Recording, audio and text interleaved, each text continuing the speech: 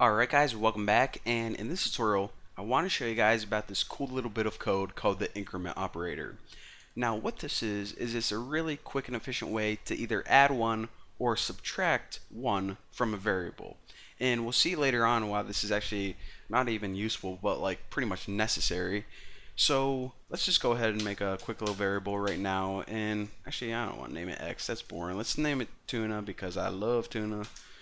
And that sounded kind of weird. Like I love tuna. I don't know. Whatever. So, anyways, we'll just go ahead and print it out on the screen. Printf. Do love tuna though. And since this is %d, and we'll kick it to a new line. So we print out tuna right now, and of course it prints out 20 on the screen. Nothing that exciting about that. So the cool thing I want to talk to you guys about is this operator. And what it is it's basically a symbol that you add right after your variable name. So type in your variable name, in my case tuna, and add two little plus signs. Now what this is going to do is it's pretty much going to say, okay, I'm going to add 1 to your variable, so increase its value by 1. So now tuna is equal to 21. So if I copy and print it out now, check it out. It was 20, that's why I printed this out, and then I added 1 and it printed out the new value. Now you can also do this with minus minus. Of course this takes away 1 or subtracts 1 from your variable. So let me close this and run it again, and that's why you got 19. Now another thing that I want to point out and that confuses a lot of people is this. If I just showed you guys this example and I put that increment operator before tuna and ran this, you guys are gonna be like, okay, 24, 21. So it really doesn't matter if you have it before or after the variable because it adds 1. What the heck? I never even. Oh, same guy's texting me again. Freaking wanna every time he wants to eat Cracker Barrel. Cracker Barrel, shut up. Go eat bagels with my stupid cat. All right. So right now you may be thinking, all right, it doesn't matter if you have this before or after tuna. It adds 1 to it. Tomato, tomato. But actually, even though it looked the same right now, there is a huge difference, and I'll show you guys an example, and once you guys see this, everything is gonna become crystal clear. So let's go ahead and make 3 variables. A equals, set it equal to anything you want. Set mine equal to 5, B equal to 10, and let's just like go ahead and multiply these numbers together. So restore that value in answer, and right now it's equal to 0, but we'll change that later on. So let's just do something stupid like take answer and set it equal to, what would it do first? Plus a, and remember that's the increment operator, so it's going to add 1 to the value of a, which would become 6, and multiply it by b. We'll just keep b the same. And now I just want to show you guys the answer on the screen.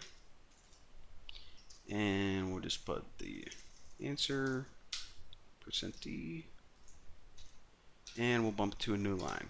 So that's pretty much going to say, okay, a times b, print it out on the screen. Easy enough, simple stuff, and you actually probably need answer right there if you want to print something out. And now what I want to do is I actually want to copy all of this, and I want to do the exact same thing again, but just changing a few things. Now the first thing I want to mention is this. The reason that I copied this first line as well is because I want to reset our variables back to normal, because right now we added 1 to a, so that's going to become 6. Oh, excuse me. So reset that back to 5, and also answer is going to go from 0 to whatever this is, so reset that back to 0 so we can calculate it again.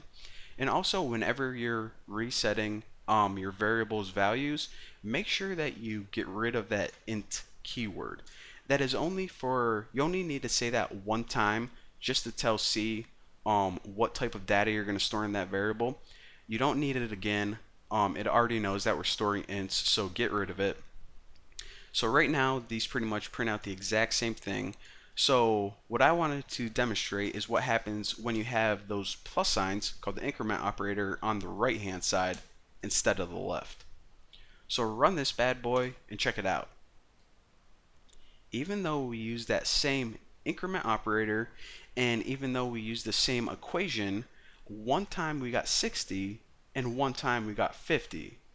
So what the heck is going on? Why did that do that? Because we know that this plus plus sign, as we saw before, it just adds 1. It turned that 20 into 21. So why are we getting different answers? Well, the reason is because whenever you use the plus sign on the left, it works a little bit differently than on the right.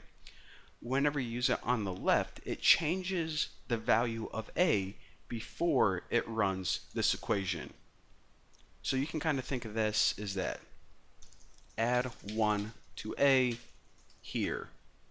So it adds 1 to a before it changes the equation, and then this becomes 6 right now, so that's why we got 60.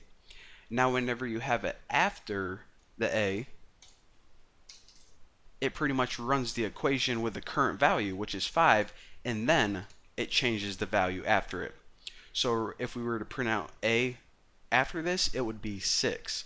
So just remember, that's basically what's going on. When you have it on the left hand side, it said, okay, change the value of a before you do anything else. When you have it after it, it says, okay, do the equation, run this line of code, and then change a after. So that is why we get these little differences. And even though it's just a small detail to take care of, when you're talking about 60 and 50, that can be, a difference between like 60 pounds of gold and 50 pounds of gold is a big mistake. So if you're programming, then that's another thing you want to keep an eye out for. So hopefully you guys understand. I know it's like two little symbols and I spent a lot of time on it, but I'm going to show you guys why this is incredibly useful in the future. And well, thank you guys for watching, and see you next time.